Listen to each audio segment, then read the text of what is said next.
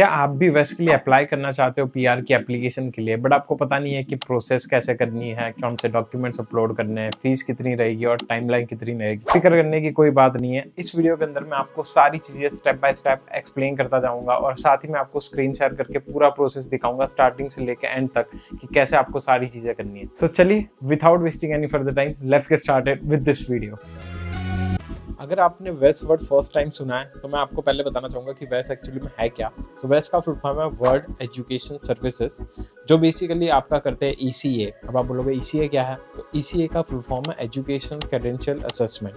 तो अगर आपने कनाडा के बाहर किसी कंट्री में पढ़ाई करी है तो वो बैचलर्स डिग्री है, पीएचडी है या मास्टर्स डिग्री है, उसको इवेल्युएट करना कैनेडियन एजुकेशन सिस्टम के हिसाब से, वो बेसिकली ये लोग काम करते हैं। और जब कभी भी आप पीआर के लिए फाइल रखोगे तब आपको वेस्ट की डेफिनेटली जरूरत पड़ेगी। अब चलते हैं मेरे लैपटॉप की स्क्रीन के ऊपर और आगे की चीजें वहां पे आपको एक्सप्लेन करता हूँ अच्छे से। तो वेस्ट के लिए आपको सबसे पहले जाना है गूगल पे और टाइप करना है वेस्ट कनाडा, और जो फर्स्ट लिंक आएगी उसको ओपन करना है आपको। अब जैसे ही आप ओपन करोगे आपको कुछ इन्फॉर्मेशन आपको रीड आउट करोगे तो आपको पता चल जाएगी कि कैसे सारी चीज़ें करनी है। हम जाते हैं यहाँ पे मेन जो ऑप्शन है गेट स्टार्टेड, वहाँ पे उसके ऊपर क्लिक करने के बाद ये आपको पूछ रहे हैं कि आप कनाडा के लिए करा रहे हो या यूएस के लिए। तो ज़्यादातर हमारी ऑडियंस कनाडा की है तो कनाडा सिलेक्ट करेंगे। उसके बाद यहाँ पे आया है कि 3 टाइप की एप्लीकेशन ये लोग करते हैं, waste standard application, EC application for IRCC and EC application for agri food pilot. हमें बीच वाली करनी है आईआरसीसी वाली पीआर के लिए, उसको करते हैं स्टार्ट एप्लीकेशन। उसके बाद अगर आप फर्स्ट टाइम यहाँ पे लॉगिन कर रहे हो तो आपको आपका ईमेल एड्रेस पूछेंगे और उसके ऊपर एक वेरिफिकेशन कोड आएगा जिससे आप साइन इन कर पाओगे। तो यहाँ पे मैं एक ईमेल आईडी टाइप कर रहा हूँ और फिर लॉगिन करके आपको दिखाता हूँ। तो अब जैसे कि आप देख पा रहे हो वेरिफिकेशन हो चुका है। अब जाते कंटिन्यू के ऊपर। अब यहाँ पे आपको डिटेल्स फिलअप करनी है। तो ये वाला एग्जाम्पल में जैसे मैं वैसे मेरी सारी डिटेल डालूंगा और ऐसे इमेजिन करते कि मैं अपना कर रहा हूँ बैचलर्स का इवेल्युएशन। तो फर्स्ट नेम प्रेम, मिडिल नेम डालते इधर, आपका फैमिली नेम डालना है। और ये सारी चीज़ें यहाँ पे अगर आपको कोई डाउट है कि आपका लास्ट नेम नहीं है तो यहाँ पे भी लिखा हुआ है कि कैसे चीज़ें करनी है। और पॉसिबल हो तो पासपोर्ट के हिसाब से डालो, अपना जो आईडी है उसके हिसाब से, क्योंकि आप जब भी पीआर के लिए अप्लाई करोगे तो मेन आपका पासपोर्ट ही होता है, तो उसके हिसाब से डालो। और आपका अगर लास्ट नेम नहीं है तो यहाँ पे ये वाला ऑप्शन सिलेक्ट कर सकते हैं। उसके बाद आपको पूछ रहा है डेट ऑफ बर्थ, तो हमारी है 1 जुलाई, कैनेडा डे। हर साल छुट्टी के दिन ही आती बर्थडे, सबसे बढ़िया चीज़ ये है, 1998। उसके बाद आपको पूछ रहा है आपके पास वेस्ट रेफरेंस नंबर है। तो अगर आप फर्स्ट टाइम कर रहे हो, अभी जस्ट साइन अप करा है, तो आपके पास नहीं है तो नो। उसके बाद पासवर्ड डालना है, पासवर्ड कुछ भी आप सेट कर सकते हो। सिक्योरिटी क्वेश्चंस,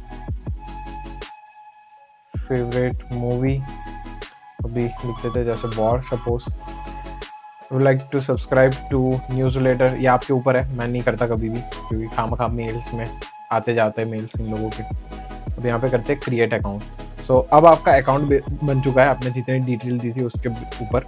अब आपको कुछ चीज़ें यहाँ पे फिलअप करनी है, पर्सनल इन्फॉर्मेशन, एजुकेशन और रिपोर्ट रिसिप्ट। सो आगे से चालू करते हैं। सबसे पहले से यहाँ पे जितनी भी डिटेल्स चाहिए थी वो फिलअप कर लिए। अब जाते हैं नेक्स्ट पे।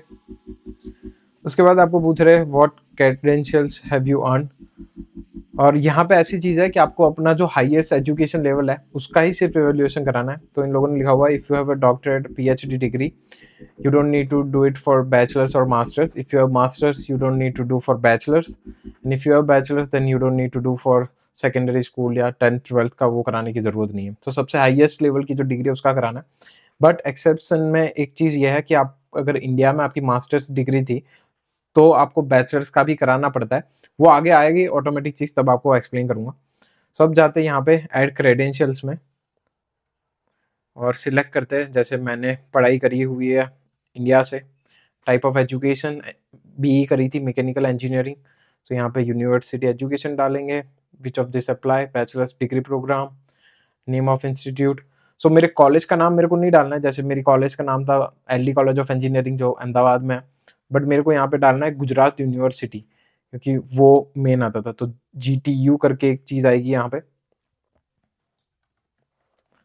टेक्नोलॉजिकल यूनिवर्सिटी, वो सिलेक्ट कर लिया। उसके बाद पूछ रहे नेम ऑफ डिप्लोमा और सर्टिफिकेट, तो वो डालना है आपने क्या करा था। तो हमने करा बैचलर्स ऑफ इंजीनियरिंग। यहाँ पे ओवरऑल डालना है सिर्फ बैचलर ऑफ इंजीनियरिंग, उसके बाद मैं बताता हूँ मैकेनिकल कहाँ डालना है। फर्स्ट नेम,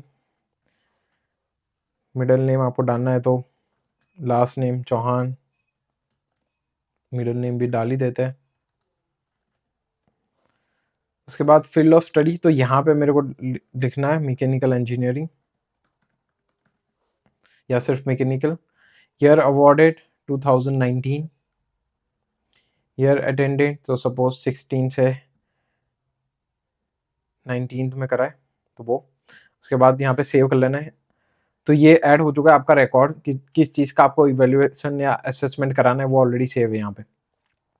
उसके बाद यहाँ पे कुछ चीज़ें हैं, आपको पढ़ना चाहो तो पढ़ सकते हो। अब हम जाते हैं नेक्स्ट के ऊपर। नेक्स्ट में आपको एड्रेस ऐड करने के लिए बोल रहा है कि अगर आपको हार्ड कॉपी चाहिए इस रिपोर्ट की तो आपका एड्रेस कौन सा वाला पे चाहिए। अब मेरे को चाहिए कनाडा में सपोज, तो कनाडा का मैं कोई भी एड्रेस डाल देता हूँ यहाँ पे।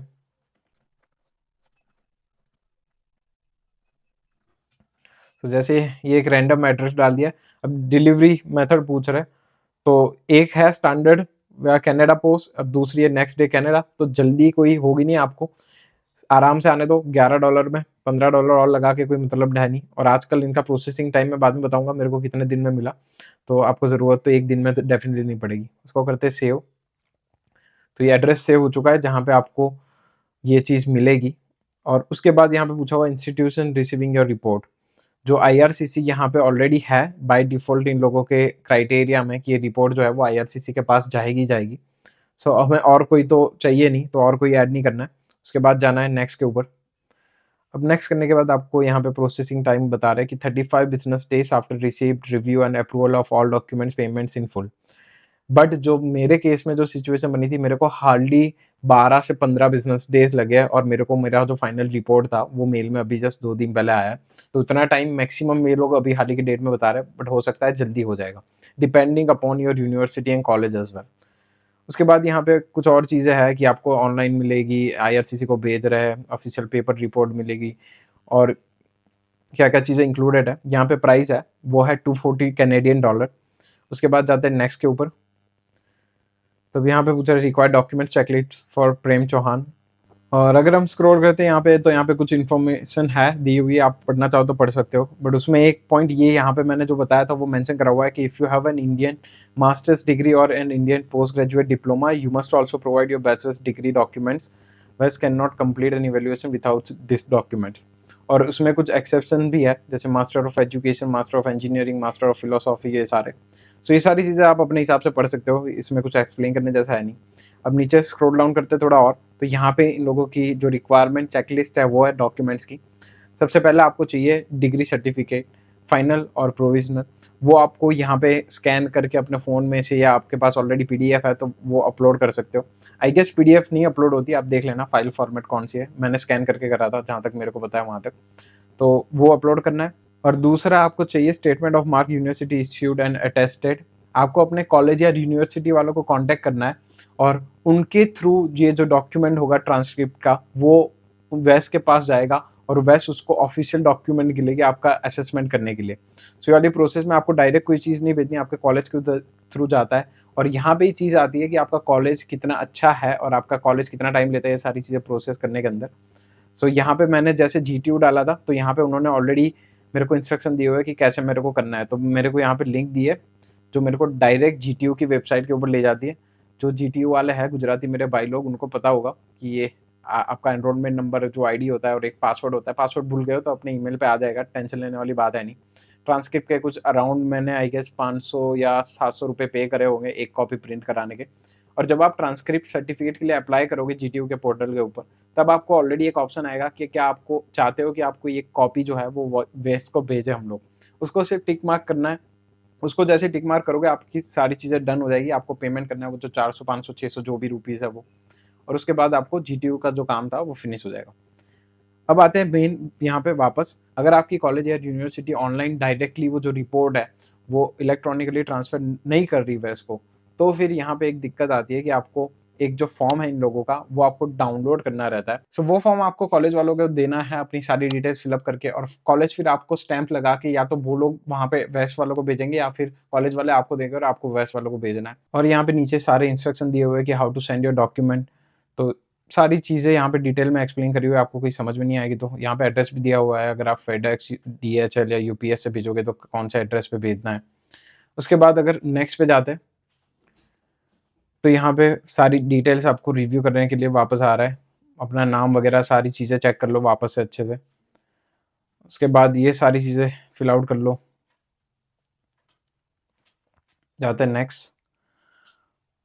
नेक्स्ट में वापस से ये कंफर्म करने के लिए बोल रहे हैं, कुछ चीज़ें कंफर्म कर ली। उसके बाद आपको ये सारा जो टोटल पेमेंट जो होगा वो वहाँ पे बता रहा है 13% HST लगा है, स्टैंडर्ड डिलीवरी का जो चार्ज लगा था, तो टोटल $283 का हमारा बिल बन रहा है। क्रेडिट या डेबिट कार्ड से आप पेमेंट कर सकते हो।